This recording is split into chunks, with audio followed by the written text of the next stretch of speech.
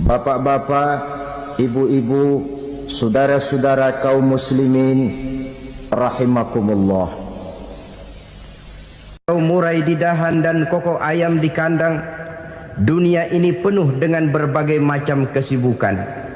Sejak dari petani yang turun ke ladang, pedagang yang berangkat ke pasar, pelajar yang menuju sekolah, sampai kepada pegawai yang berangkat ke kantor, seluruhnya tidak lain untuk mencari sesuatu yang bernama bahagia.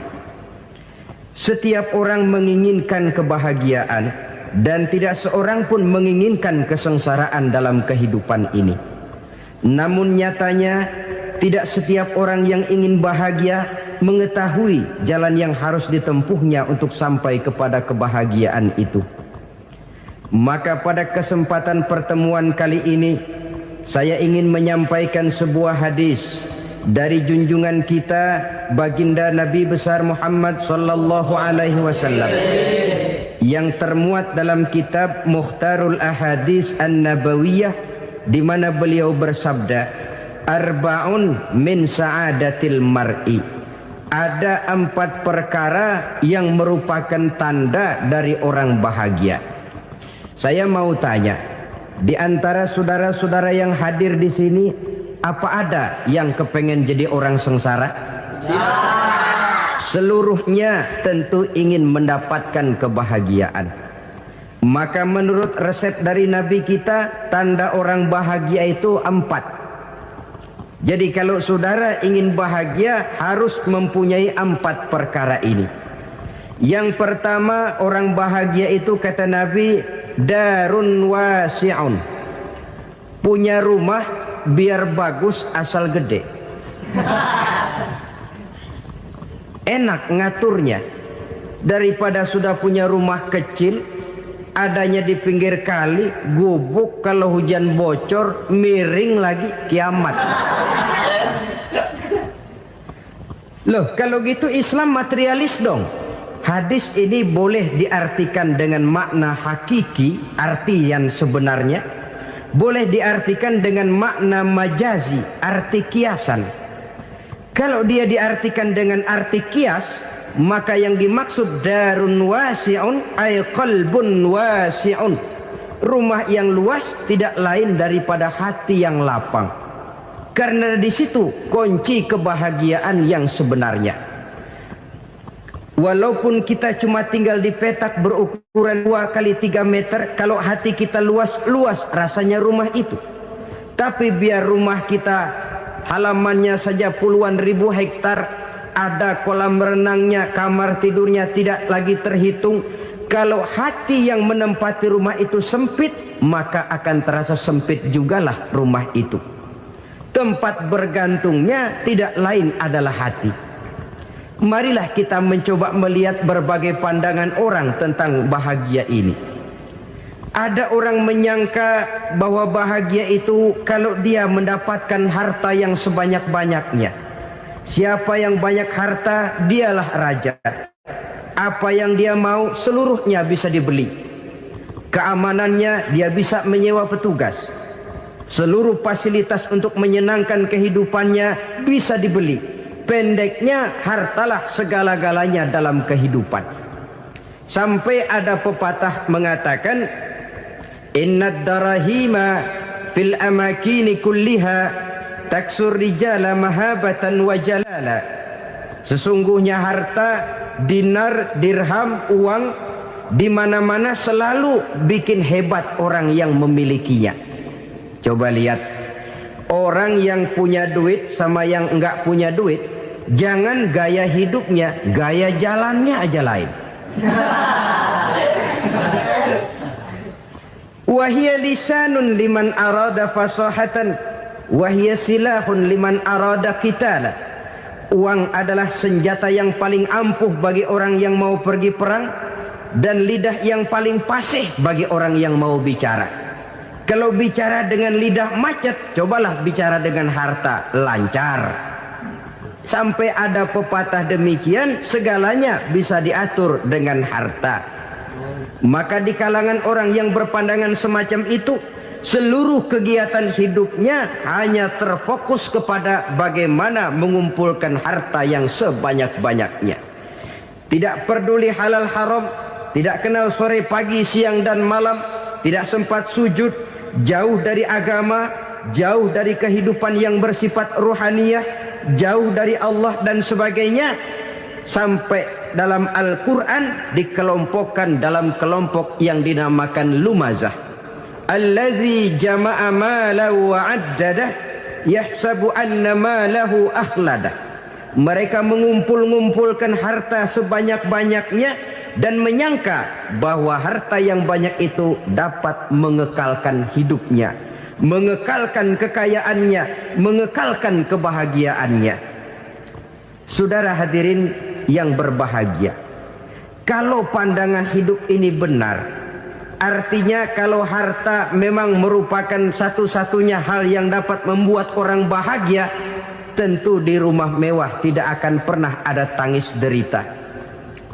Tentu di satu tempat di mana fasilitas hidup serba menunjang tidak ada yang namanya penderitaan.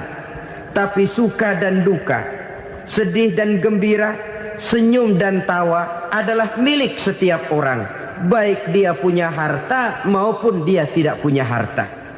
Nyatalah bahwa harta semata-mata bukan merupakan jaminan bahwa orang akan bahagia. Walaupun tanpa harta orang sulit untuk bahagia. Saya mau cerita, ada orang super kaya. Namanya Aristotle Onassis, Raja Tanker Yunani. Dia punya kapal tanker saja konon sampai 11 banyaknya. Punya perusahaan penerbangan yang disebut Olympic Airlines. Punya hotel di berbagai kota besar di dunia ini, sejak dari New York, London, Paris, Rome dan sebagainya. Bahkan punya pulau yang dia namakan Pulau Scorpio. Ini kan namanya sudah kaya nggak tanggung-tanggung, punya pulau. Nah, dia punya 2 orang anak, yang satu laki-laki namanya Alexander, yang satu perempuan namanya Maria Onassis. Seluruh harapannya tertumpah kepada anak lakinya Alexander ini, yang akan meneruskan usahanya, meneruskan kekayaannya, meneruskan dinastinya. Apa yang terjadi? Ternyata anak yang dia harapkan yang bernama Alexander ini mati muda dalam kecelakaan pada waktu dia olahraga. Apa olahraganya? Namanya olahraga anak orang kaya, golongan jet set. Olahraganya olahraga pesawat terbang. Jatuh, ya nggak kapungut, habis mati. Tinggal satu anak perempuannya, Maria Onassis. Tapi anak perempuan ini juga malah urakan. Terakhir dia pacaran, bahkan kemudian kawin sama orang Rusia. Rupanya Aristotle Onassis ini broken. Kekayaannya yang berlimpah ruah, perusahaannya yang begitu banyak, siapa yang akan meneruskan? Siapa yang akan menggantikan? Sampai kemudian dia mengurung diri di Pulau Scorpio dan mati di sana secara mengenaskan. Seorang multi jutawan, seorang yang super kaya, mati menyendiri di pulau sepi. Ibarat kata pepatah, anak ayam mati di lumbung. Bukan kekurangan makanan, keurugan makanan. Begitu kehidupan Aristotle Onassis. Dan banyak orang-orang yang sudah demikian kaya sampai dibingungkan oleh kekayaannya sendiri. Telusurilah kehidupan David Rockefeller misalnya, Henry Ford misalnya, Adnan Khashoggi misalnya. Multi jutawan yang kadang-kadang dibuat keder oleh kekayaannya sendiri. Pantas ketika Imam Ali ditawarkan orang, "Ya Ali, kalau kepadamu disuruh pilih ilmu atau harta, kau pilih mana?" Ya jelas pilih ilmu dong.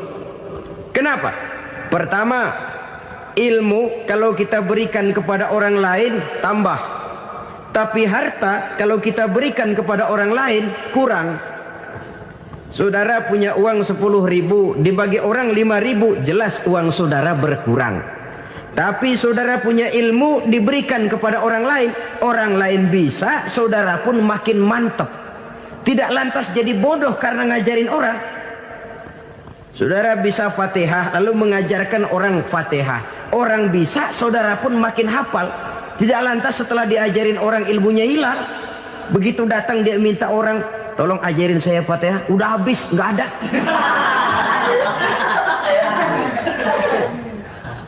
Yang kedua kata Imam Ali, ilmu menjaga kita. Kalau harta kita yang harus jaga. Makin banyak ilmu makin terpelihara diri seharusnya. Tetapi makin banyak harta makin bingung kita jaganya. Sampai kadang-kadang kalau perlu seluruh keliling rumah dipasangi alarm. Belum cukup disewakan anjing besar-besar, pasang di depan pintu, awas anjing galak. Masih belum cukup juga cari centeng tukang-tukang kepruk jaga rumah. Masih terasa belum aman padahal rumahnya dikelilingi tembok besar.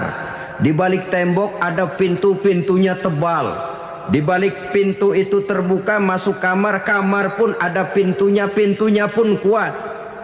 Masuk ke dalam kamar ada lemari, lemarinya pun pintunya kuat, dikunci, kuncinya pun kuat. Tapi terhadap seluruhnya yang timbul cuma sekedar was-was saja. Kesimpulannya sekali lagi, tanpa harta orang memang sulit untuk bahagia. Tapi harta semata-mata tidak merupakan jaminan orang akan bahagia. Dengan hati yang luas itu modal utama untuk mencapai kebahagiaan hidup.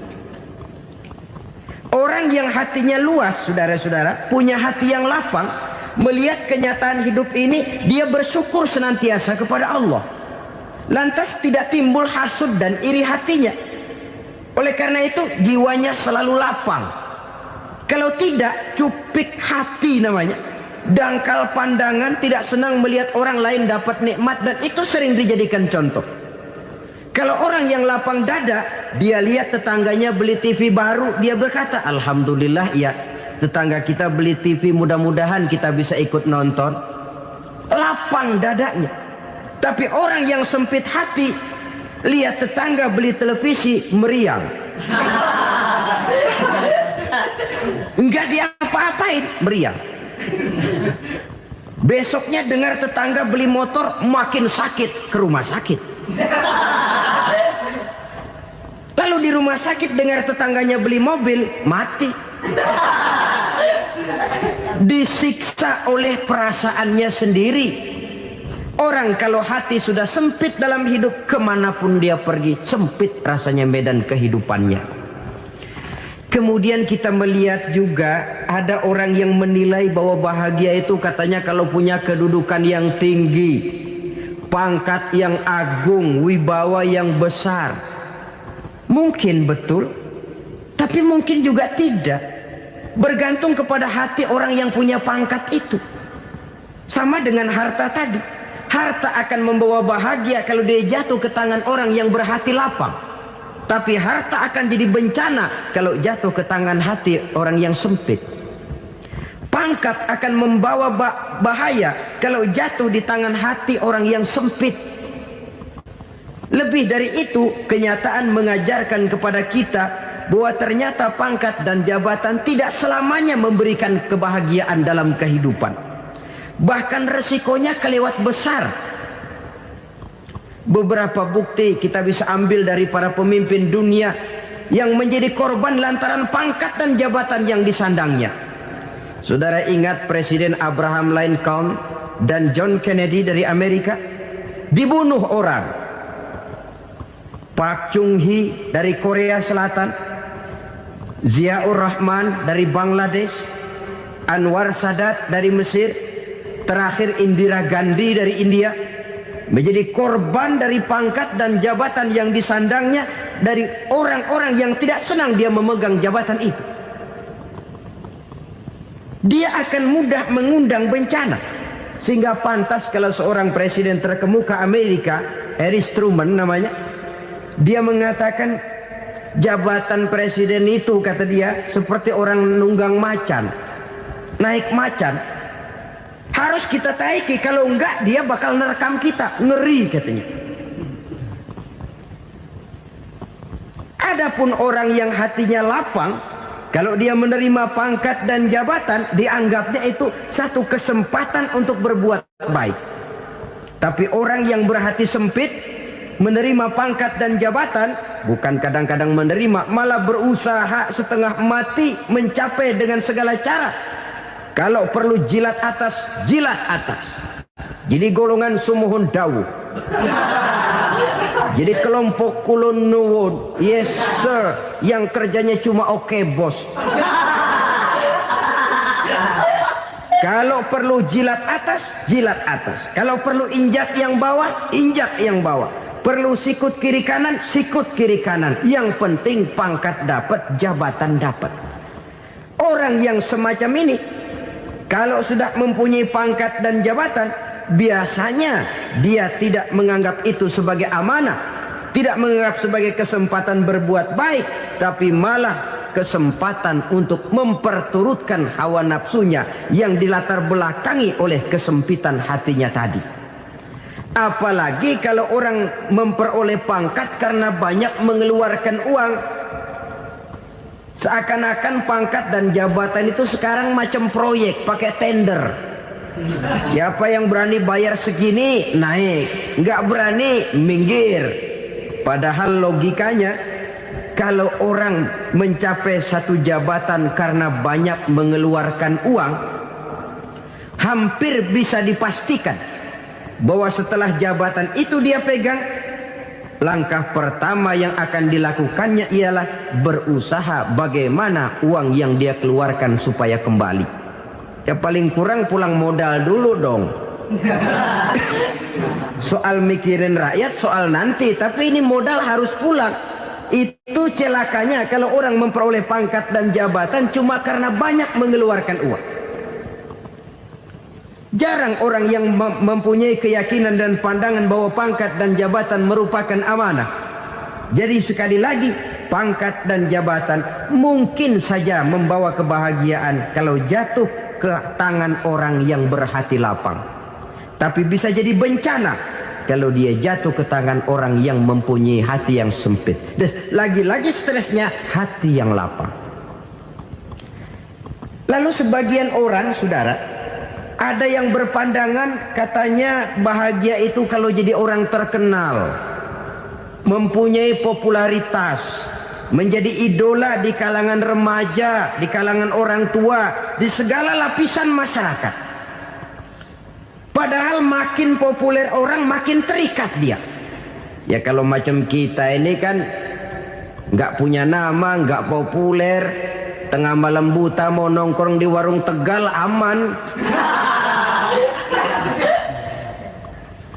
Tapi pangkat, jabatan, kedudukan, popularitas menyebabkan kita diikat dengan berbagai macam peraturan. Cuma mandi sama ke WC saja yang nggak dikawal.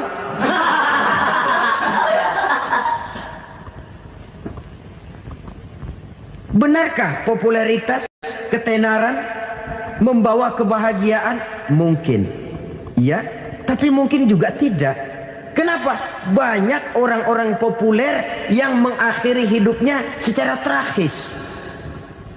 Kita ambil beberapa nama. Di Amerika tahun 60-an ada bintang seksi paling terkenal yang dijuluki seks bom. Bom seks. Sampai sekarang jadi legenda, namanya Marilyn Monroe. Singkatan doublenya itu inisialnya MM, Marilyn Monroe. Terkenal top sampai dia mati tahun 62. Namanya sekarang masih saja dibicarakan orang. Kenapa dia bunuh diri? Tidak punya hartakah dia? Banyak. Kurang populerkah dia? Seluruh dunia mengenalnya. Sejak rakyat kecil sampai pejabat tinggi dia punya hubungan. Kenapa? Jenuh. Dia terlahir dalam keadaan yatim. Setelah itu tidak lama dia berangkat remaja, ibunya meninggal. Pindah dari wanita asuh ke wanita asuh sampai 12 orang ibu angkatnya. Dan kekecewaan yang paling parah, setiap laki-laki yang dekat dengannya hanya seperti kapal berlabuh.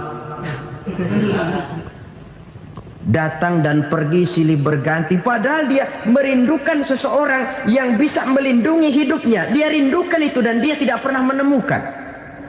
Itu yang akhirnya menyebabkan dia minum pil tidur kelewat dosis, minum obat tidur kebanyakan, ya tidur terus sampai sekarang.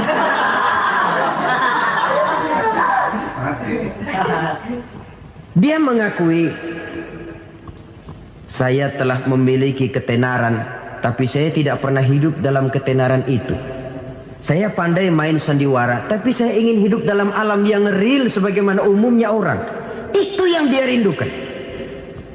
Menyusul jejak yang namanya Marilyn Monroe ini, Billie Holiday, saudara kenal tentu. Di rumah sakit dirawat.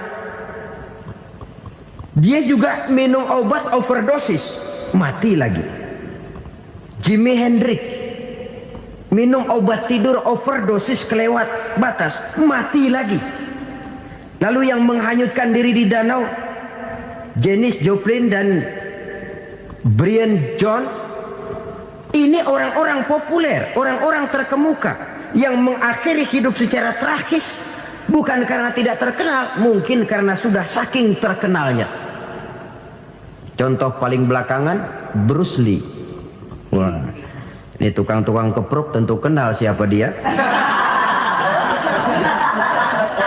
Sampai sekarang pun tabir kematiannya masih merupakan misteri. Dan yang masih hidup juga menunjukkan gejala yang aneh.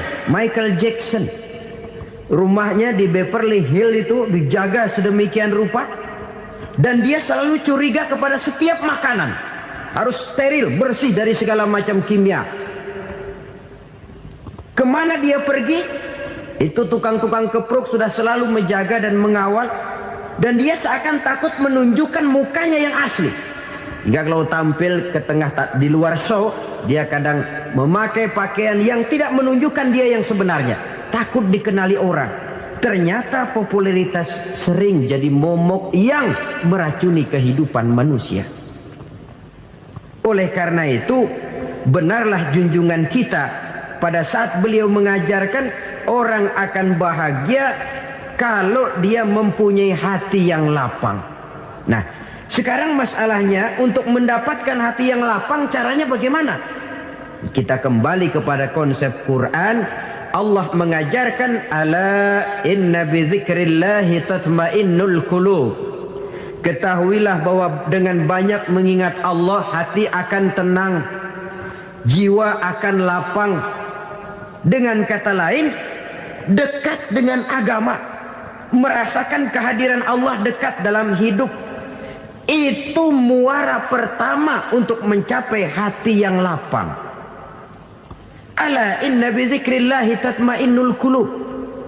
Jangan macam orang sekarang ingin mendapatkan ketenangan lalu tapak di puncak gunung, di gua-gua, di tempat sepi. Iyalah kalau nggak ada ular. Kalau tergigit ular berbisa, ketenangan belum, mati jelas itu. Islam positif untuk mendapatkan ketenangan. Ala inna bizikrillahi tatmainnul qulubi. Bahwa ketahuilah bahwa dengan banyak mengingat Allah, hati akan tenang, jiwa akan lapang, nuansa pikiran akan luas. Karena yang namanya bahagia ada dimanapun manusia berada. Di kampung ada bahagia, di kota ada bahagia, di ngarai, di lembah, di gunung, di hutan, di lautan, di angkasa luar, dimanapun bahagia itu ada kalau kita bermodalkan hati yang lapang ini. Dan hati akan lapang kalau kita dekat dengan agama.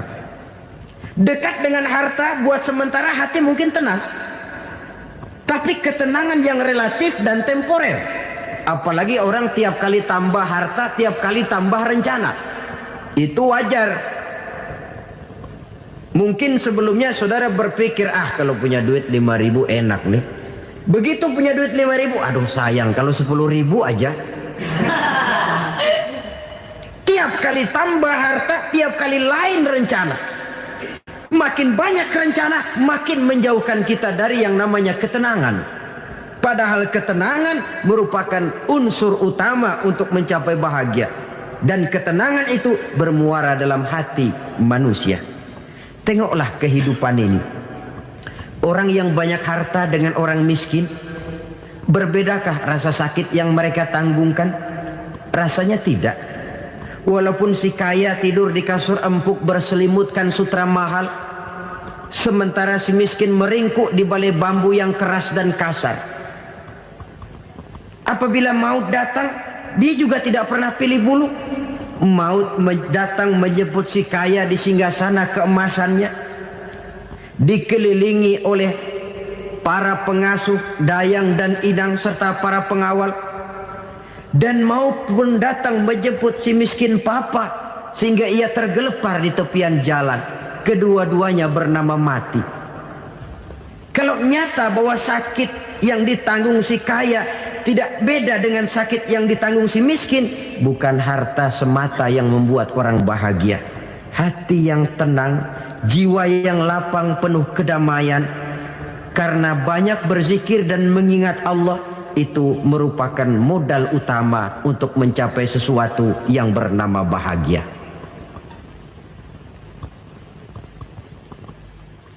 Saudara hadirin yang saya hormati, inilah yang pertama dari 4 ciri yang digambarkan oleh Nabi tentang tanda-tanda orang bahagia. Dan harus berangkat dari yang pertama ini, hati yang lapang. Ini yang harus kita miliki lebih dahulu, baru nanti akan menyusul kepada poin yang ketiga, kedua dan selanjutnya.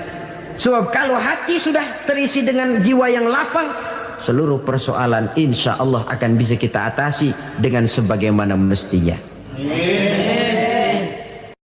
Yang kedua sekarang, tanda orang bahagia menurut baginda Nabi, markabun syariah. Orang bahagia itu, kata beliau, punya kendaraan biar cepat asal lancar. Artinya kemana dia mau pergi mudah.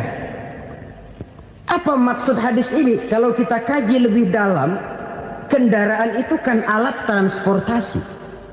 Transportasi tidak lain adalah usaha memudahkan komunikasi. Pindah dari situ kepada teori bahwa manusia adalah zon political, makhluk bermasyarakat yang tidak bisa memenuhi kebutuhan hidupnya secara sendirian. Kita memerlukan keberadaan orang lain dalam kehidupan ini. Untuk memakai baju saja kita sudah perlukan petani yang tanam kapas, pabrik yang memintal kapas jadi benang, pabrik yang menenun benang jadi kain, sampai kepada mesin jahit, sampai kepada tukang jahit. Itu cuma untuk memakai pakaian saja. Tidak seorang pun di antara kita yang sanggup memenuhi kebutuhan hidupnya secara sendiri. Kita perlu orang lain. Maka kebebasan dalam arti mutlak, kebebasan tanpa batas, itu tidak mungkin ada dalam kehidupan. Karena kita mengadakan yang disebut interaksi sosial. Setiap kegiatan kita tentu melibatkan orang lain. Menurut kita barangkali kita bebas jalan di jalan raya semaunya, tapi orang lain berkendaraan pun merasa bahwa ini ada juga jalan haknya, dan begitu selanjutnya. Oleh karena itu, maksud dari kendaraan yang cepat ini adalah khulata'uhu ma'as solihin. Lingkungan pergaulannya terdiri dari orang-orang soleh. Pergaulannya luas. Kemana dia pergi ada temannya. Kesulitannya ada tempat dia cerita. Dan kesulitan kalau sudah diceritakan kepada orang lain, taruh kata orang itu tidak bisa menolong, namun menceritakannya kepada orang yang kita percayai, kan paling kurang sudah mengurangi beban jiwa, mengurangi tanggungan batin, merasa masih ada tempat kita cerita. Maka lebih baik orang awam yang mau bergaul ketimbang orang setengah alim tapi ngunci pintu. Sebab nantinya akan timbul sikap picik, cupik pandangan, dan tidak luas menghadapi kenyataan dalam kehidupan ini.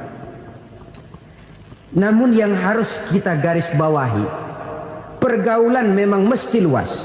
Namun jangan sekali-kali lupa, bahwa pergaulan sangat besar pengaruhnya dalam ikut membentuk kepribadian manusia. Sehari-hari bisa kita bilang, kalau kita dekat sama tukang minyak wangi, sekalipun nggak dibagi minyaknya, baunya tentu dapat. Betul? Tapi dekat sama tukang elas, walaupun nggak kena apinya, asapnya mesti kena.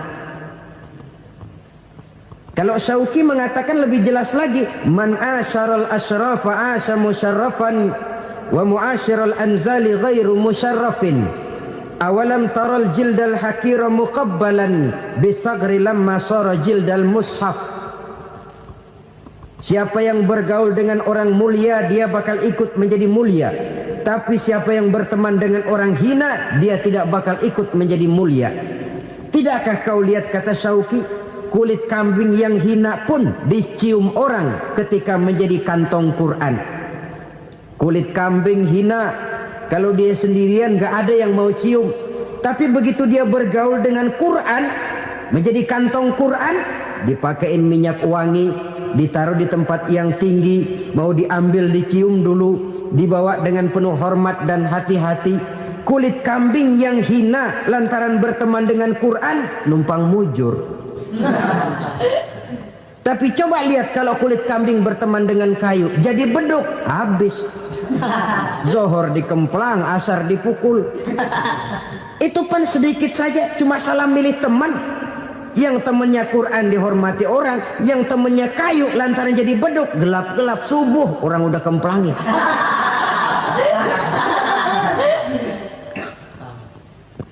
Maka terutama kepada adik-adik remaja yang masih mencari identitas diri, yang ibarat kaset masih kaset kosong, mudah diisi oleh apapun, pandai-pandailah memilih teman dalam bergaul. Karena banyak orang yang tadinya baik-baik, ketika terseret dalam pergaulan dengan orang yang tidak baik, kebaikannya menjadi lentur dan luntur. Tapi berapa banyak bajingan-bajingan tengik, orang-orang yang berlumur noda dan dosa, tiap hari melakukan maksiat, namun bergaul dengan orang yang baik-baik, pada akhirnya sedikit demi sedikit beringsut dan berangsur dia terbiasa mengikuti kebaikan-kebaikan. Saya tekankan ini kepada remaja karena mereka masih mencari identitas diri. Apa yang mereka lihat mereka mau, apa yang mereka dengar mereka ingin tahu. Coba lihat kehidupan remaja. Pulang nonton film Rambo, pengen jadi Rambo, gagah, maunya belekai melulu. Pulang nonton film Superman, pengen bisa terbang. Pulang nonton India, nyanyi melulu. Wajar, mereka masih mencari identitas diri. Saya ini sebenarnya siapa? Lingkungan, pergaulan akan membentuk itu. Karena itu pandai-pandailah bergaul, karena ia sangat besar pengaruhnya dalam ikut membentuk kepribadian manusia. Apalagi sifat yang jelek lebih cepat menularnya ketimbang sifat yang baik. Sifat yang baik, watak yang soleh itu lambat sekali untuk menular. Tapi yang tidak baik, kan prosesnya mah kalau remaja biasanya mula-mula dengar. Karena dengar lalu pengen tahu. Karena pengen tahu lalu ngeliatin. Begitu ngeliatin kan pengen nyobain. Setelah nyobain ketagihan. Nah, ini prosesnya. Yang namanya ganja, morfin, narkotik, awalnya kan begitu. Mula-mula dengar, katanya kalau sudah fly to the sky, sudah melayang ke langit katanya, disitulah puncak kebahagiaan. Mulanya cuma dengar. Karena dengar pengen tahu.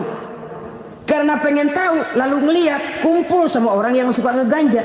Setelah ngeliat, nah pengen ngerasain. Begitu ngerasain enak juga, ketagihan. Kalau sudah ketagihan jadi penyakit kronis, bisa merembet kepada yang lain. Iya, kalau orang tuanya mampu untuk beli morfin, beli ganja. Kalau tidak kan pikirannya ngayap, jemuran siapa ya gue sabet. Timbullah perbuatan-perbuatan negatif yang bermula dari salah pergaulan. Apalagi buat adik-adik remaja yang tinggal di kota-kota besar, yang pengaruh budaya, pengaruh kesenian, pengaruh struktur kehidupan yang nampak makin individualistis, di mana persaingan tajam, tensi ekonomi tinggi, orang mudah mengalami stres. Pandai-pandailah dalam bergaul, sekali lagi, karena ia sangat besar pengaruhnya dalam ikut membentuk kepribadian manusia. Orang bahagia punya kendaraan yang cepat, artinya punya pergaulan yang luas, dan lingkungan pergaulannya terdiri dari orang-orang yang soleh. Kemana dia pergi ada teman, kesulitannya ada tempat dia cerita. Tapi kalau sudah menyendiri, hidup sendiri, kesulitan dipikiri sendiri, bisa mati belum waktunya. Tidak ada tempat berbagi rasa, tidak ada tempat bercerita, tidak ada tempat mengurangi beban dalam kehidupan. Pantas betul kalau Islam sangat menggalakkan dan menganjurkan orang kalau sudah sampai waktunya itu untuk melangsungkan nikah. Kata Nabi, ya ma'syaras syabab man istata'a minkumul ba'at falyatazawwaj. Hai para pemuda, kalau sudah mampu memberi nafkah, kawinlah, nikahlah kamu. Kenapa? Sudah ada teman hidup, tempat berbagi rasa. Kesulitan kalau ada tempat cerita akan lebih ringan ketimbang kita telan sendiri, walaupun bobot kesulitannya sama beratnya. Saudara-saudara kaum muslimin rahimakumullah, inilah ciri yang kedua, punya kendaraan biar cepat asal lancar. Kemana kita mau pergi gampang. Dengan kata lain, setelah hati yang luas, pergaulan yang luas. Dua. Yang ketiga sekarang, tanda orang bahagia itu menurut Nabi, misbahun mudhi'un, punya lampu yang terang. Oh, itu enggak problem. Sekarang sudah zamannya listrik masuk desa, Pak. Lampu sudah terang semua. Betul, kalau itu yang dimaksud. Tapi tidak cuma itu. Karena lampu yang dimaksud di sini, lampu yang akan menerangi seluruh perjalanan hidup. Dan perjalanan hidup itu sudah dimulai sejak kita terlahir ke alam ini, sampai masuk ke alam barzah, kumpul di padang mahsyar, sampai ke akhirat. Lampu yang menerangi itu yang diperlukan. Kalau lampu, katakanlah yang paling top sekarang kan lampu jenis Mercury. Taruhlah itu di rumah kita, dia cuma menerangi rumah kita, menerangi hati pun tidak sanggup. Bila kita masuk ke alam barzah, alam kubur, sanggupkah si Mercury yang begitu terang menerangi alam barzah kita? Tidak sanggup lagi. Sanggupkah lampu yang ratusan watt, bahkan puluhan ribu watt menerangi kehidupan di padang mahsyar? Tidak akan sanggup lagi. Kalau demikian, yang dimaksud lampu yang terang di sini apa? Tidak lain amal soleh, kebajikan yang kita lakukan dalam hidup. Itu yang akan jadi lampu penerang. Di dunia nama kita akan terang. Jasad kita boleh hancur terkubur tanah, tapi nama kita akan dikenang orang. Begitulah kalau orang meninggalkan kebajikan dalam hidup seperti sekarang. Ribuan orang tiap saat berziarah ke kubur Imam Syafi'i, ke kubur Imam Malik, ke kubur Imam Ghazali, ke kubur orang yang baik-baik, orang yang soleh-soleh. Kebajikannya yang ditinggalkan, yang mengukir namanya dengan tinta emas. Sehingga saudara sudah terbaring di alam kubur, orang lewat, Allah, ini kuburannya Fulan bin Fulan, dulu ini kebaikannya Masya Allah, saya ikut merasakan. Mari kita mampir sebentar, kita Fatihah. Mohon disampaikan Allah pahalanya kepada almarhum. Al-Fatihah. Itu kalau orang baik-baik. Lalu saudara tanya, Pak, orang mati dikirimin Fatihah apa nyampe pahalanya? Saya jawab, kalau saudara nggak percaya, mati dulu dah. Nanti saya Fatihain, tungguin di sana. Umpama nggak sampai, balik lagi kemari. Sekarang ini kan maunya otak-otakan saja. Kalau nggak masuk otak, nggak percaya. Padahal alam gaib itu nggak bisa diotak-otakin. Sama saja dengan saudara pernah dengar cerita kapal tanpa emas tenggelam kan? Pernah nggak? Di mana? Ya, di laut Masalembo. Begitu ketampung Mas tenggelam, ratusan penumpang itu terjun ke laut, dipermainkan gelombang, berjuang menghadapi maut itu. Orang lagi timbul tenggelam di lautan, dihantam ombak, kita tengokin pakai helikopter. Pak, lagi timbul tenggelam ya? Iya, tolongin. Jangan khawatir Pak, nih saya kirim intan Pak, harganya 10 juta. Kira-kira orang yang timbul tenggelam di laut seneng nggak? Tidak. Kan mahal toh intan 10 juta. Kenapa dia nggak senang? Karena intan 10 juta dalam kondisi seperti itu tidak sanggup menyelamatkan dia. Dia akan girang kalau dikirimin ban mobil bekas, dikirimin papan terentang atau bambu. Intan yang 10 juta dia nggak girang, ban mobil bekas yang 1000 perak tuh pegang, itu yang dia girang betul. Inilah sebabnya Nabi berkata, mal mayyitu fi qabrihi illa kal ghariqil mutaghawwis.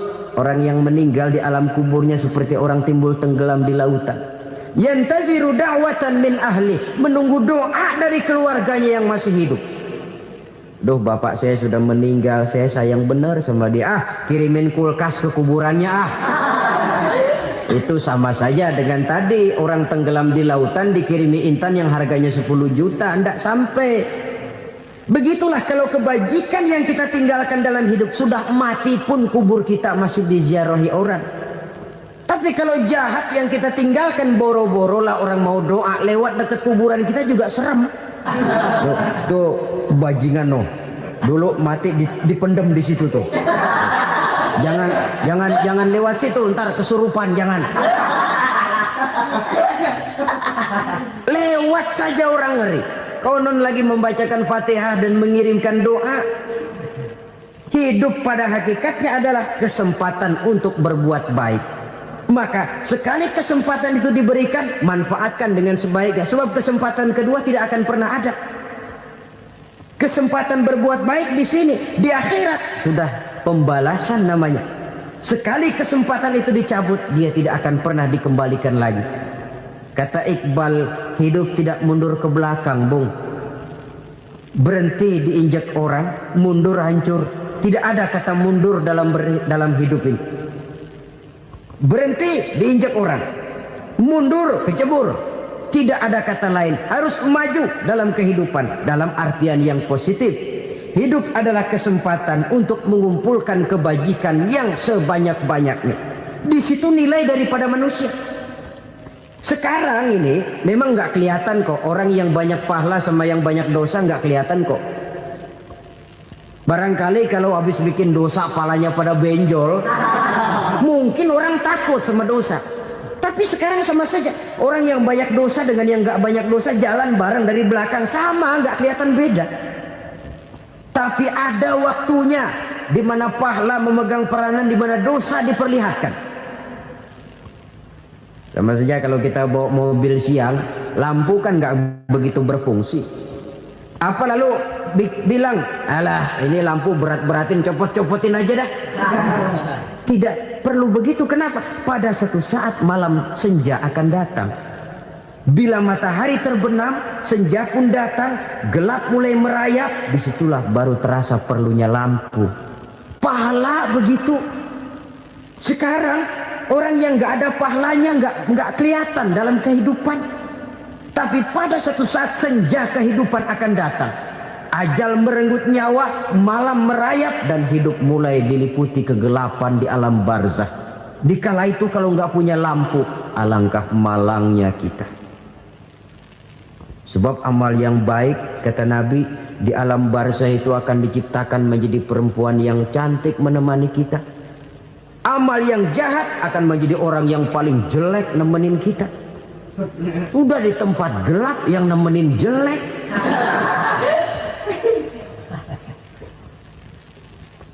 Kaum muslimin rahimakumullah.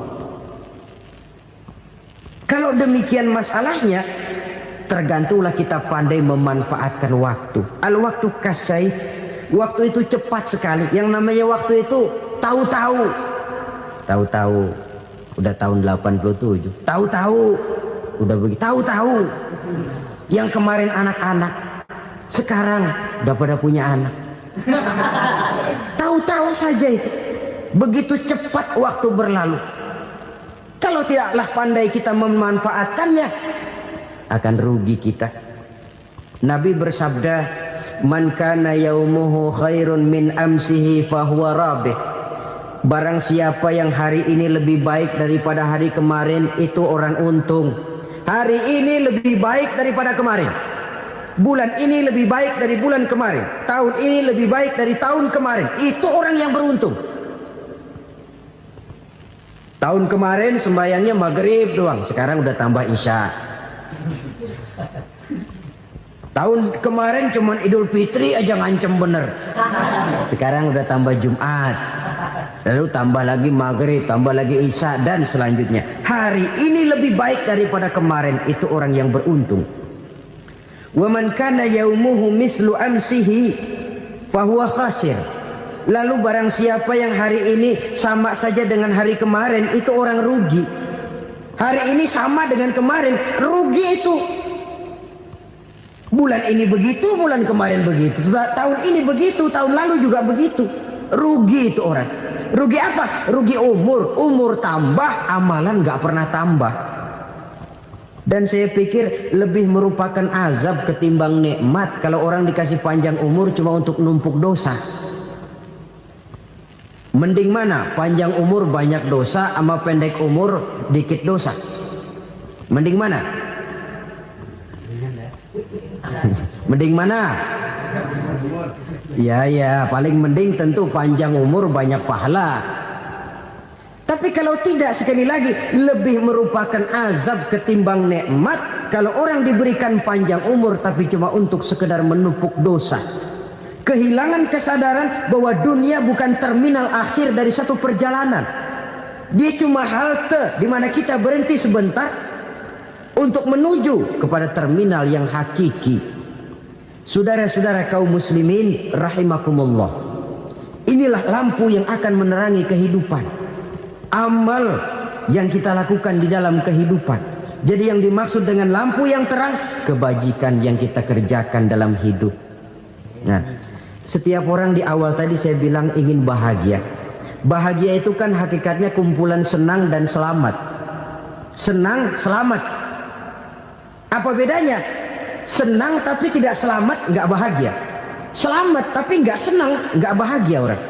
Contoh, kalau orang korupsi, duitnya banyak, senang dia, tapi keselamatannya.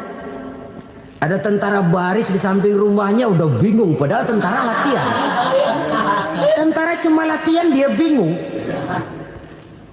Senang, tapi karena keselamatannya tidak terjamin, dia tidak bahagia.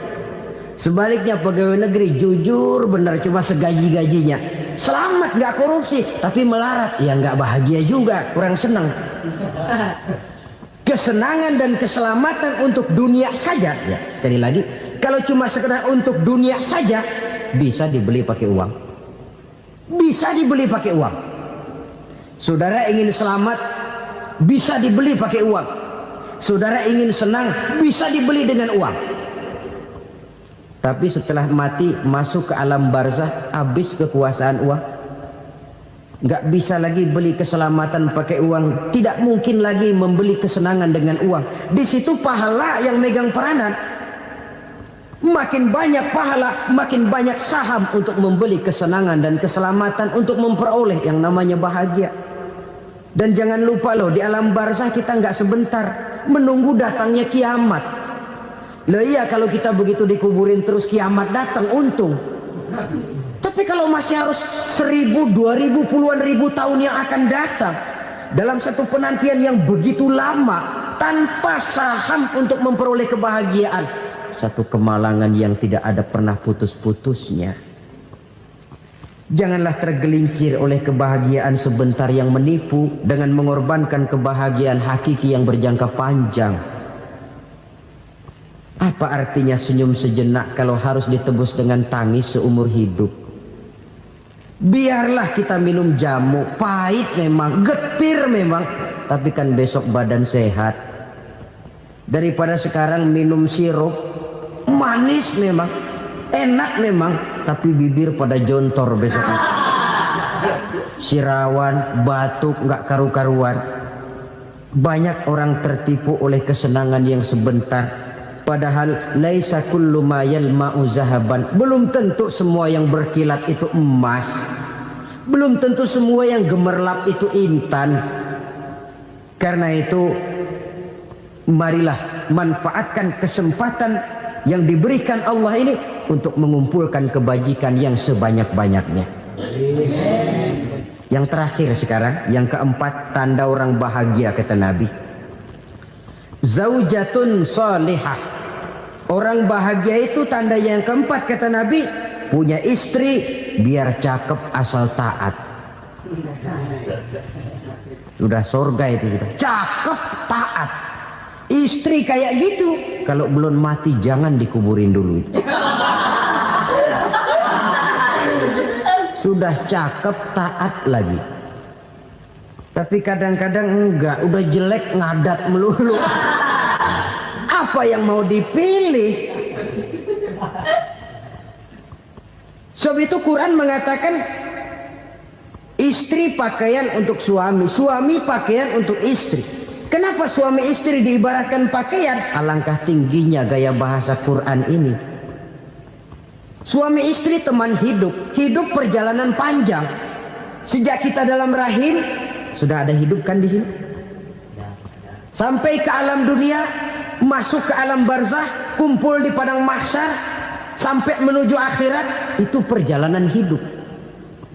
Carilah istri atau suami teman hidup yang membawa manfaat tidak hanya kehidupan di dunia ini, sampai di alam barzah, sampai di padang mahsyar. Suaminya mungkin meninggal lebih dulu atau istrinya mungkin meninggal lebih dulu. Tapi suami atau istri yang masih hidup berbuat kebajikan. Suami saya meninggal, ada hartanya, saya sedekahkan, niat pahala untuk almarhum suami saya. Ini teman hidup. Tidak dibatasi dan tidak bisa dipisahkan oleh maut sekalipun. Zohirnya mungkin pisah, badannya mungkin pisah, tapi hatinya, jiwanya, kebersamaannya dalam menghadapi kehidupan. Karena itu, saudara-saudara, bahasa Quran indah. Suami istri diibaratkan seperti pakaian. Apa fungsi pakaian? Pertama, pakaian jadi kebanggaan. Artinya suami harus menjadi kebanggaan istri, istri harus jadi kebanggaan suami. Yang kedua, pakaian itu kan fungsinya menutup aurat. Artinya sesama suami istri harus saling menjaga kekurangan masing-masing. Jangan malah sesama suami istri saling membongkar rahasia dan aibnya sendiri-sendiri. Istrinya diceritain jeleknya di mana-mana, atau suaminya dibongkar rahasianya di pasar umum. Itu sudah tidak lagi berfungsi sebagai pakaian. Kenapa semua ini diperlukan? Karena kita menyadari bangsa yang baik terdiri dari masyarakat yang baik. Masyarakat yang baik merupakan susunan dari warga yang baik. Warga yang baik adalah terdiri dari rumah tangga yang baik. Dan rumah tangga yang baik merupakan susunan dari pribadi-pribadi yang baik. Dari situ langkah dimulai. Membangun satu bangsa yang baik diawali dengan membangun rumah tangga yang baik, dengan menciptakan pribadi-pribadi yang baik.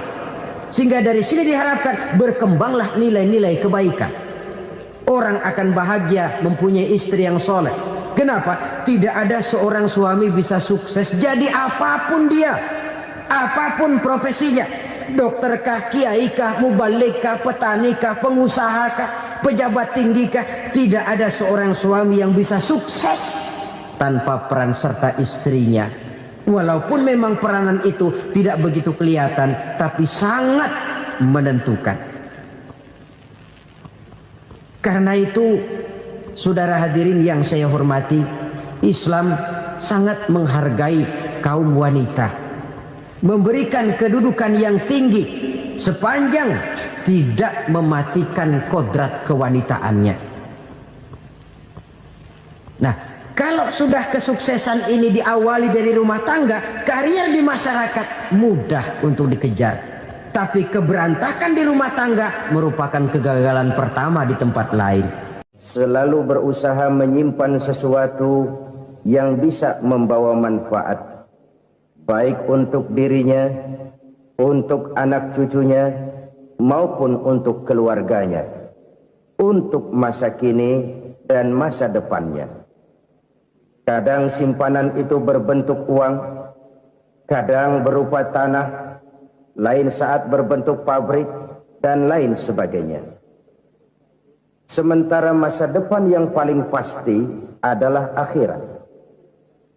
Jika untuk masa depan dunia kita rela memeras keringat, membanting tulang, pergi pagi dan pulang petang, menyimpan uang, menyimpan tanah, menyimpan pabrik, pernahkah kita merenung jika satu saat kiamat datang, kita dibangkitkan dari kubur masing-masing, berdiri di padang mahsyar untuk mempertanggungjawabkan seluruh kegiatan hidup kita di dunia ini? Lalu kita akan menuju ke alam akhirat. Sudahkah kita mempunyai simpanan untuk akhirat kita? Pada pertemuan kali ini saya ingin menyampaikan sebuah hadis di mana Rasulullah sallallahu alaihi wasallam bersabda, "Arba'un min kanzil jannah."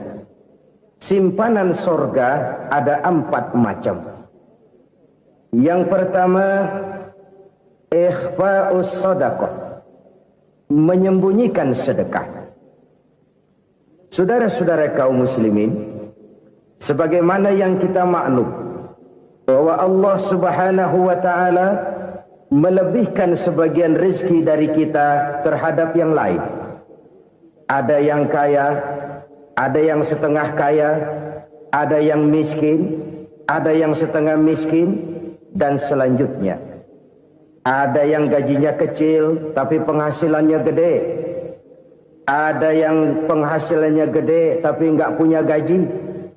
Ada juga yang memang gajinya gede dan penghasilannya gede. Kelebihan rezeki merupakan sunnatullah dan tidak harus membuat kita merasa lebih dari yang lain. Bahkan sebaliknya, kelebihan itu harus membuat kita ringan tangan untuk menolong mereka yang memang memerlukan pertolongan. Kalau saudara diberikan ilmu, maka pertanyaan akhirat cuma satu: ilmumu kau amalkan untuk apa? Kalau saudara diberikan umur yang panjang, pengadilan akhirat juga bertanya satu: umurmu kau habiskan di mana? Tapi kalau saudara diberikan harta, pengadilan akhirat akan bertanya dua: hartamu kau dapat dari mana, kau belanjakan kemana? Dari mananya ditanya dan kemananya juga ditanya. Oleh karena kita akan dimintakan pertanggungan jawab, maka amanah yang bernama harta ini harus kita gunakan dengan sebaik-baiknya. Ada penggunaan yang merupakan kewajiban, itu zakat namanya. Ada penggunaan yang sewaktu-waktu, itu infak namanya. Ada yang lebih sewaktu-waktu lagi, dan itu sedekah namanya. Zakat dia terikat oleh haul dan nisab, oleh putaran batas waktu dan ukuran dari harta itu sendiri. Sedangkan infak terikat oleh situasi dan kondisi perekonomian seseorang. Sedangkan sedekah tidak terikat dengan apapun. Dalam kondisi seperti apapun kita bisa melakukan sedekah dengan yang terkecil sekalipun. Sampai-sampai Rasulullah sallallahu alaihi wasallam mengajarkan, la tahqiranna minal ma'rufi syai'an walau an talqa akhaka biwajhin talik. Atau ada hadis, tabassumuka fi wajhi akhika laka shadaqah. Senyumanmu kepada temanmu adalah sedekah. Jadi untuk melakukan sedekah tidak harus dalam berbentuk uang. Dengan ilmu kita bisa sedekah, dengan tenaga kita bisa bersedekah, dengan pikiran kita bisa bersedekah, bahkan senyum kepada teman itu pun sedekah. Jadi kalau sedekah dengan uang memang belum punya uang, nyengir aja banyakin. Itu asal pada tempatnya, jangan lalu ketemu tiang listrik cengengesan. Tentu tidak pada tempatnya dan tidak wajar. Nah, sedekah yang paling dicintai Allah adalah sedekah yang disembunyikan. Artinya jauh dari sifat riya. Kan kadang-kadang ada orang Sedekah itu disebutkan namanya. Apa tidak bagus? Kalau memang niatnya ikhlas, ya bagus-bagus saja. Untuk memberikan sugesti kepada yang lain. Di Fulan bin Fulan nyumbang sekian, diumumkan. Boleh kalau niatnya untuk memberikan rangsangan kepada yang lain supaya dia menyumbang lebih besar dari orang tadi. Tapi kalau itu mendatangkan riya, maka sedekah yang paling dicintai Allah adalah sedekah yang disembunyikan. Tangan kiri saja tidak tahu apa yang diberikan oleh tangan kanan. Sedekah yang dilakukan dengan ikhlas akan merupakan perbendaharaan surga, tersembunyi dari pandangan orang lain, tidak seorang pun tahu. Karena memang sikap yang baik adalah melupakan kebaikan dan mengingat kesalahan. Itu salah satu ciri orang bahagia. Orang yang selalu mengingat kesalahannya dan berusaha melupakan segala kebaikannya. Kalau dia akan berada kebaikan, dia tidak bisa ikut, dia merasa rugi karena dia merasa belum pernah berbuat baik. Tapi kalau akan melakukan kesalahan baru, dia ingat kesalahan yang sudah-sudah, sehingga terhalang baginya untuk melakukan satu kesalahan baru. Demikianlah saudara-saudara, bahwa Allah melebihkan rizki sebagian kita dari yang lain, agar terjadi tolong-menolong dalam kehidupan ini. Jadi kesenjangan yang nature, kesenjangan yang alami, itu sunnatullah. Ada yang kaya, ada yang miskin, ada yang kelas menengah. Nah, kenapa lalu sekarang kita berusaha mengentaskan kemiskinan? Oleh karena adanya kesenjangan struktural. Kalau yang kaya bisa semakin kaya, kenapa yang miskin tidak bisa naik jadi ikut sedikit kaya? Sebab pada dasarnya Islam adalah agama yang sejak turunnya sudah berupaya memerangi kemiskinan. Bahkan dikatakan kemiskinan itu mendekatkan kepada kekufuran. Orang kalau miskin udah dekat banget sama kafir. Gampang menjadi kafir. Berapa banyak saudara-saudara kita yang oleh karena soal perut, oleh karena soal materi, terpaksa meninggalkan dan menanggalkan akidahnya. Menjual petunjuk yang diberikan Allah dengan kesenangan dunia yang cuma sebentar ini. Na'udzubillah, summa na'udzubillah. Jadi makin kita sembunyikan satu sedekah, semakin banyak perbendaharaan kita di surga.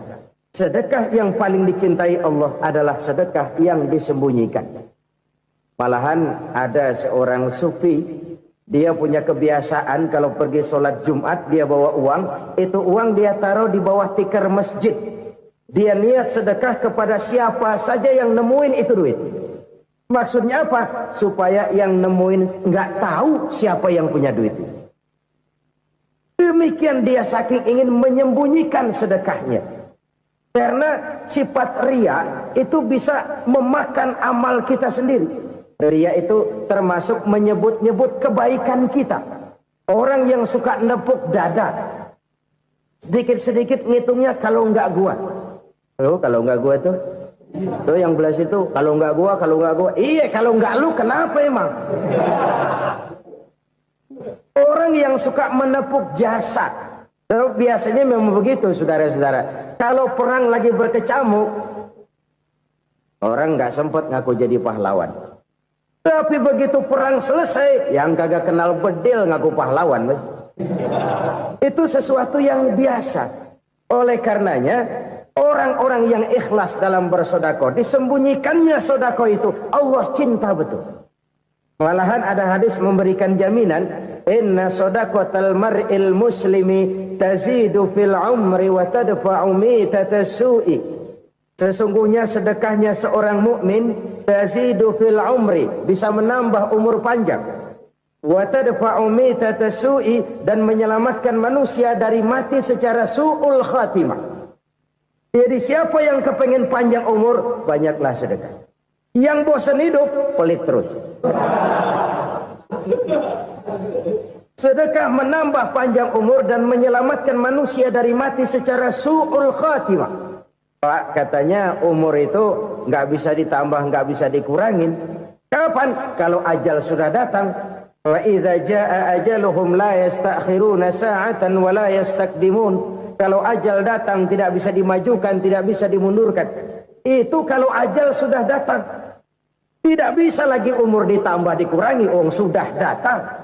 Tapi kalau belum datang, itu kan haknya Allah. Mau ditambah, mau dikurangi, hak prerogatif Allah. Sebagai pencipta manusia, Allah maha kuasa dan maha mampu. Sedekah ini menambah panjang umur dan menyelamatkan manusia dari mati secara su'ul khatimah. Orang mati kan sama ya, kondisinya mati, nggak nafas. Tapi hakikat mati kan lain-lain. Ada yang mati itu husnul khatimah, baik akhirnya.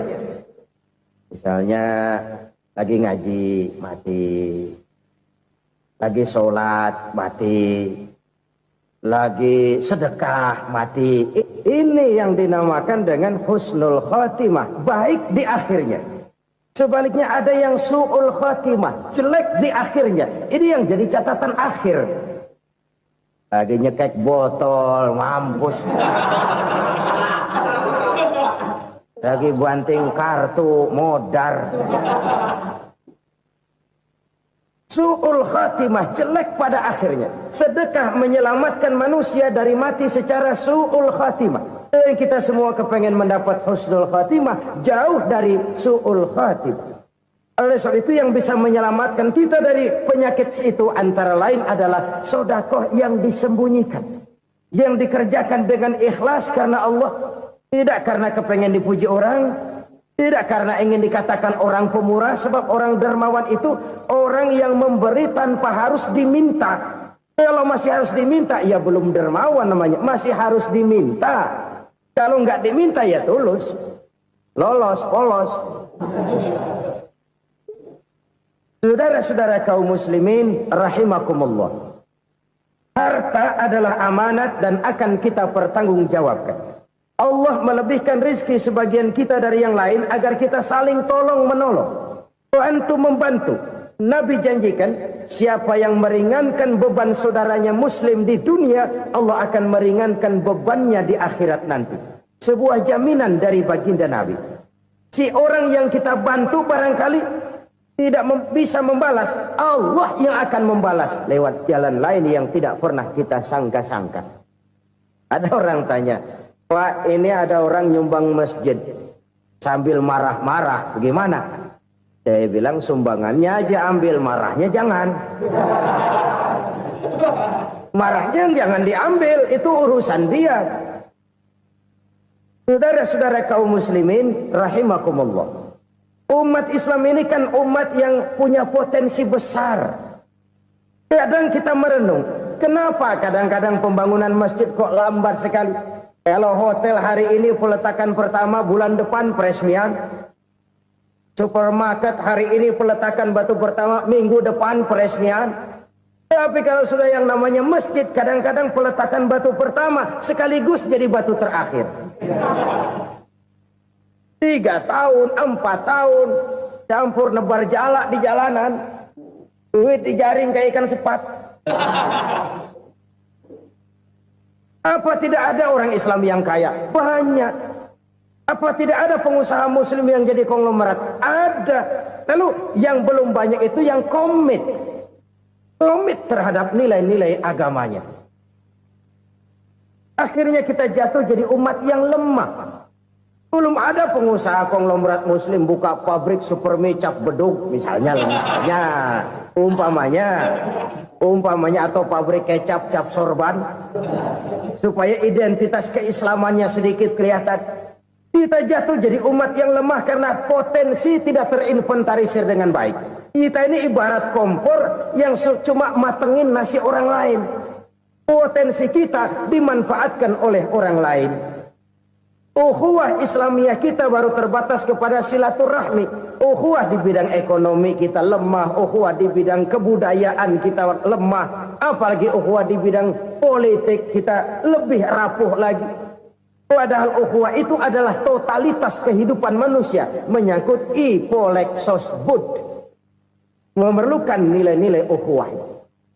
Jadi oleh karena itu mari kita menyadari di dalam harta kita, walaupun kita yang cari pergi pagi pulang sore peras keringat banting tulang, di sana ada harta anak yatim, di sana ada hak masjid, di sana ada hak pesantren, Di sana ada hak jihad.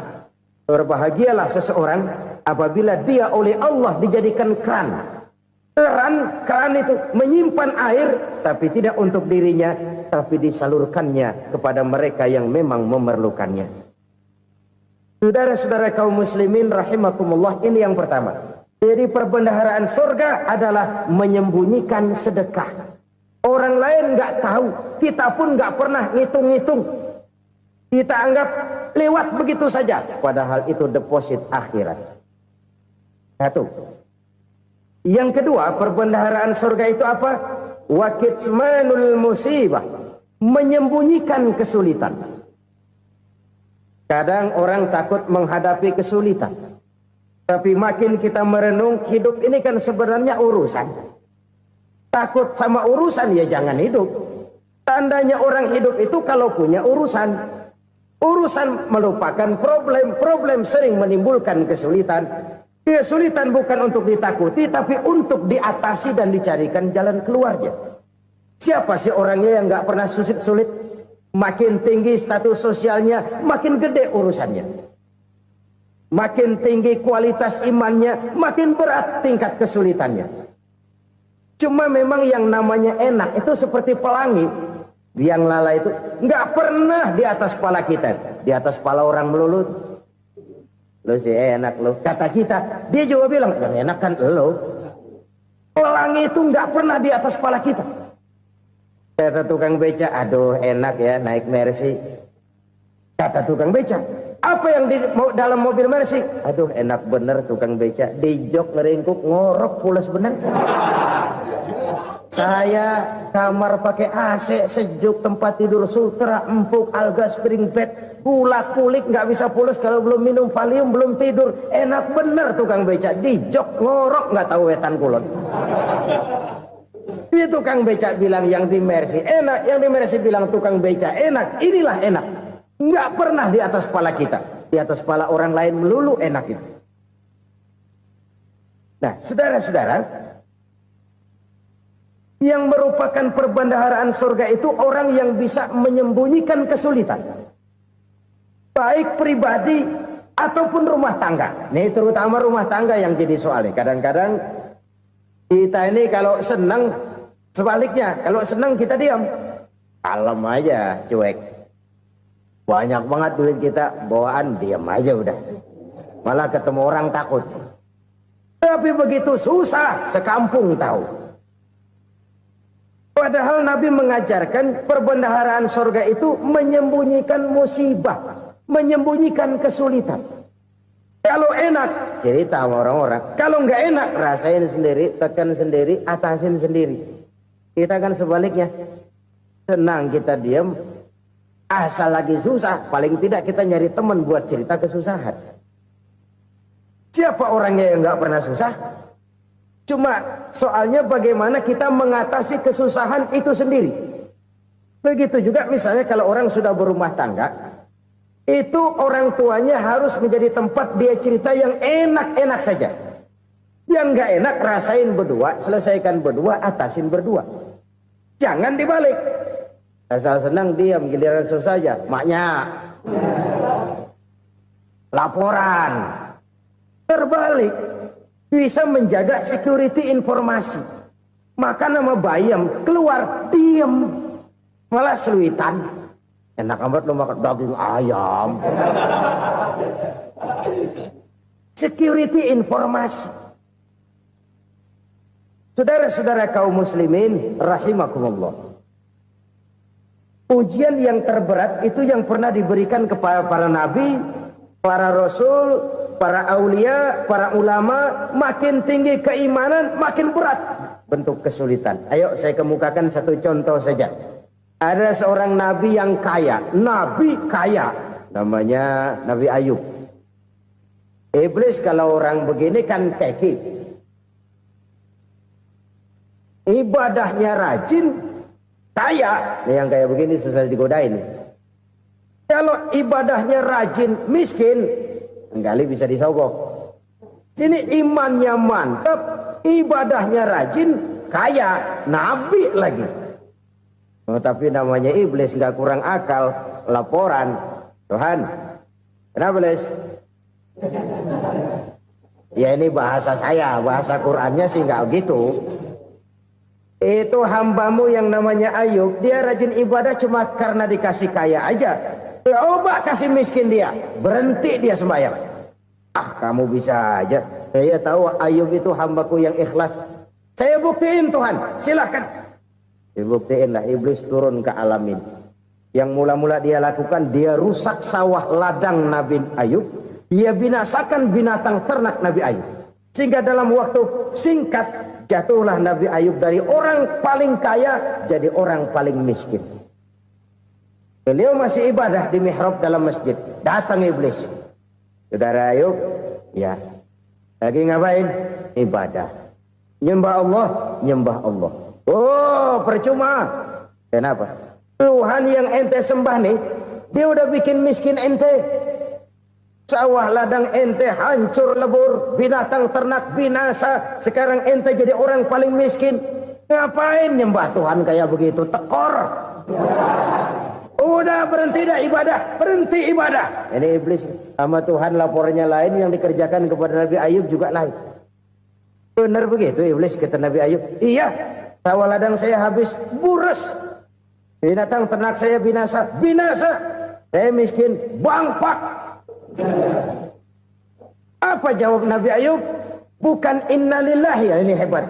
Alhamdulillahillazi a'tani wa akhza minni.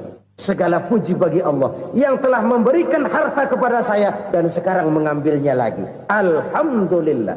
Allah yang ngasih, Allah yang ambil. Itu mah urusan Allah. Iblis cuman ibadah jalan terus, sujud lagi Nabi Ayub. Iblis seleher gondok banget. Dasar Nabi nggak mempan dia apa-apain. Miskin malah alhamdulillah. Allah yang ngasih, Allah yang ambil. Jadi kalau kita tidak komit, kita tidak terikat kepada kaya, miskin, senang, susah, apa yang bisa bikin kita susah? Jadikan kekayaan, kemiskinan, jadikan senang, susah sebagai anak buah yang bisa kita atur. Jangan kekayaan ngatur kita, jangan kemiskinan ngatur kita. Kita yang harus mengatur mereka. Senang, susah, kaya, miskin, bahagia, sengsara, jadikan itu anak buah yang bisa kita atur. Kalau sekarang kita kaya, lain saat boleh jadi kita miskin, semiskin-miskinnya. Allah yang ngasih, Allah yang ambil. Tenaga mana yang bisa menghalangi? Ibadah jalan terus. Iblis makin gondok. Dasar Nabi loh. Akhirnya apa? Nabi Ayub dikerjain, diberikan penyakit. Demikian fatal penyakitnya. Bayangin, udah miskin sakit. Masya Allah. Miskin sakit. Sakitnya nggak lama, kira-kira 16 tahun. Istrinya 3, 2 mental minta ceraiin. Ngerawatin laki bengek begini. Senang belum tentu, susah udah pasti nih. Cerai aja, cerai dah. Cerai. Tinggal satu Siti Rahmah yang setia menemani beliau. Sesetia-setianya hati perempuan. Satu saat Siti Rahmah bilang, "Bang, iya, abang kan Nabi, Bang. Lalu, namanya Nabi kan doanya jarang meleset, Bang. Maksud kamu minta kenapa sih sama Tuhan biar abang sembuh baik dah, Bang?" Siti Rahmah, iya. Saya sakit berapa tahun sih dah? 16 tahun, Bang. Sebelum ini saya sehat berapa tahun? Ya kira-kira 60 tahun, Bang. Nah, coba ente banding-bandingin, Rahmah. Saya dikasih sehat 60 tahun. Dikasih sakit 16 tahun. Sudah nggak sabar mau doa kepada Allah minta sembuh. Saya malu kepada Allah. Diuji dengan yang luar biasa seperti ini, tidak mengganggu stabilitas kehambaannya. Dia tetap menghamba kepada Allah Subhanahu wa ta'ala. Saudara-saudara kaum muslimin rahimakumullah. Kunci menghadapi kesulitan itu apa? Allah jelaskan dalam satu ayat, wa basyiris sabirin alladzina iza asabathum musibah qalu inna lillahi wa inna ilaihi raji'un. Gembirakan orang-orang yang sabar. Siapa mereka itu? yang apabila mendapat musibah mereka kembali kepada keyakinan dasar segalanya dari Allah dan segalanya akan kembali kepada Allah. Ini konsepsi dasar dari sikap muslim dalam menghadapi berbagai kesulitan. Segalanya dari Allah, segalanya akan kembali kepada Allah. Kalau ini sudah kondisi dasarnya, maka kita akan lapang menghadapi kenyataan bagaimanapun pahitnya. Apakah itu namanya miskin, apakah itu namanya sakit, bahkan maut sekalipun. Maut sekalipun. Segalanya dari Allah, segalanya akan kembali kepada Allah. Ini sikap hidup, bukan sekedar ucapan. Kita kadang-kadang menjadikannya sebagai ucapan. Mulutnya sehingga berhenti, innalillahi wa inna ilaihi rajiun, tapi nangisnya terus gerung-gerungan. Bukan itu, ini kesadaran moral. Kalau segalanya dari Allah, segalanya kembali kepada Allah, kan sebenarnya cuma nunggu giliran. Hari ini saya nyembayangin dia, entah hari apa saya disembayangin orang. Hari ini saya antar dia ke kubur, entah hari apa orang nganterin saya ke kubur. Hari ini saya tahlilkan dia, entah nanti kapan orang tahlilkan saya. Segalanya dari Allah, segalanya akan kembali juga kepada Allah. Oleh sebab itu saudara-saudara, kesulitan bukan untuk ditakuti. Kesulitan justru untuk diatasi, dicarikan jalan keluarnya. Dan tidak ada orang yang tidak pernah mendapat kesulitan. Tidak ada. Semakin tinggi status sosial, semakin tinggi kualitas keimanan, semakin besar juga tingkat kesulitan. Hanya saja bagaimana cara kita mengatasinya. Dan Al-Quran menyatakan, inna ma'al usri yusra. Di balik kesulitan itu pasti ada kemudahan. Roda itu berputar. Karena itu Rasulullah Sallallahu Alaihi Wasallam mengingatkan kepada kita, ta'arraf ilallahi firraha ya'rifka fisyiddah. Ingatlah kepada Allah di waktu kamu senang, supaya Allah ingat kepada kamu di waktu kamu susah. Kalau waktu senang kita ingat kepada Allah, kita susah, Allah tidak akan meninggalkan kita. Tapi kalau waktu senang kita jauh dari Allah, sujud tidak sempat, dengan masjid jauh, ketika senang kita lupakan Allah. Nanti begitu kita susah, Allah lupakan kita. Dan itu menyakitkan. Oleh karena itu orang-orang tua kita dulu bilang, kalau lagi sehat ingat-ingat lu bakal sakit nanti. Kalau lagi kaya ingat-ingat satu saat kita bakal jatuh miskin. Bahkan kalau lagi muda ingat-ingat kita bakal tua. Dan yang terpenting, kalau lagi hidup ingat-ingat kita bakal mati. Saudara-saudara kaum muslimin rahimakumullah. Jadi yang kedua yang merupakan perbendaharaan surga, menyembunyikan musibah. Saudara-saudara kaum muslimin rahimakumullah. Hal ketiga yang merupakan perbendaharaan surga adalah wasilatur rahmi. Orang yang suka bersilaturahmi. Sebagaimana yang kita maklum bahwa manusia adalah makhluk yang disebut zon politika. Makhluk sosial yang tidak mungkin hidup sendiri-sendiri. Betapa dan siapapun kita memerlukan orang lain. Bodoh betul manusia kalau tinggal di tengah masyarakat tapi tidak mau bermasyarakat. Merasa hebat sendiri, pintar sendiri, gagah sendiri, kaya sendiri. Mungkin kalau mati juga ngubur sendiri. Jangankan kita di sini, di sorga saja Nabi Adam waktu sendirian bengong melulu, mondar mandir. Allah tegur dam sepi dam. Ini kalau bahasa saya. Iya Tuhan, sepi ini nggak ada coret-coretan pisan ini. Diciptakan Siti Hawa baru anteng Nabi Adam. Itu di sorga. Cobalah. Umpamanya saudara tinggal di Jakarta nih. Kayak bener. Apaan aja di Jakarta punya saudara dah. Pembuatan Semanggi ambil. Monas buntel bawa pulang. Hotel-hotel ambil semua. Cuman tinggal di Jakarta sendirian, apa enaknya? Betapa dan siapapun kita perlu orang lain. Tidak ada seorang pun yang bisa memenuhi kebutuhan hidupnya secara sendiri-sendiri. Nah, Islam telah menyelamatkan manusia dari ras diskriminasi. Mengikat manusia dengan persaudaraan yang berlandaskan kepada akidah. Karena itu dianjurkan bersilaturahmi. Bahkan Nabi menyatakan, man arada ayyubsata lahu fi rizqihi wa yunsa'a fi atharihi falyasil rahimah. Siapa yang kepengen diluaskan rezekinya dan dipanjangkan usianya, banyaklah ia bersilaturahmi. Siapa yang kepengen dimudahkan rezekinya, hendaknya ia banyak bersilaturahmi. Kalau banyak teman, kesulitan kan paling tidak ada tempat cerita.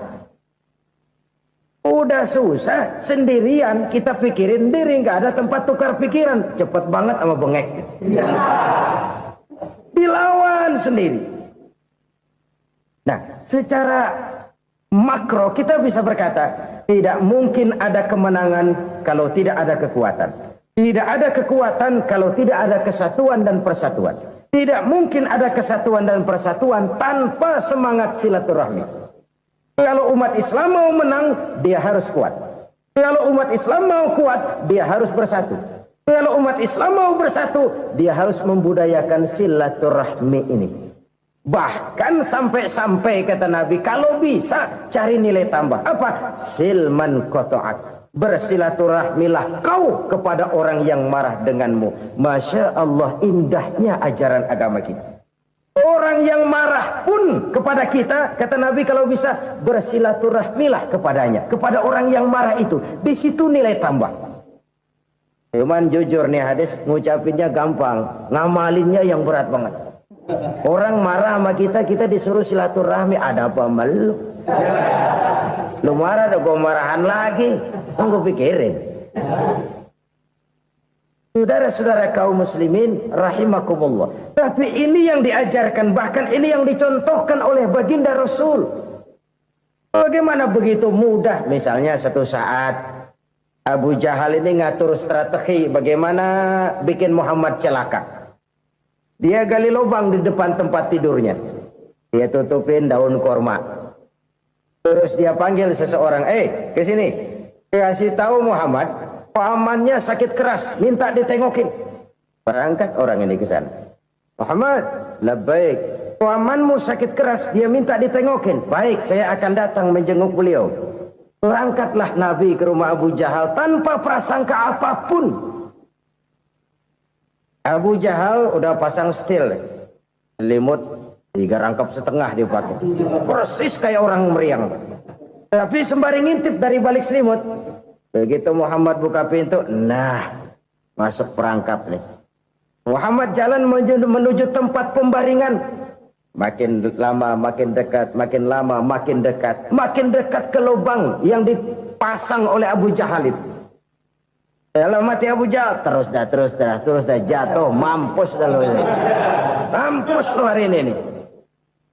Apa yang terjadi? Malaikat Jibril datang. Muhammad, pamanmu cuma pura-pura sakit. Di depan tempat tidurnya ada lubang perangkap supaya kamu jatuh ke situ. Sudah, kamu pulang. Balik kanan Nabi. Sudah hampir jatuh ke lubang, balik kanan, pulang. Bayangin kecewanya Abu Jahal. Muhammad dikit lagi. Enggak paman, saya pulang aja. Emosi bangun dari tempat tidur, enggak sadar kalau lagi pura-pura sakit. Lompat ngejar Nabi, dia lupa dengan lubang yang dia gali. Serak, nyemplung sendiri ke dalam lubang.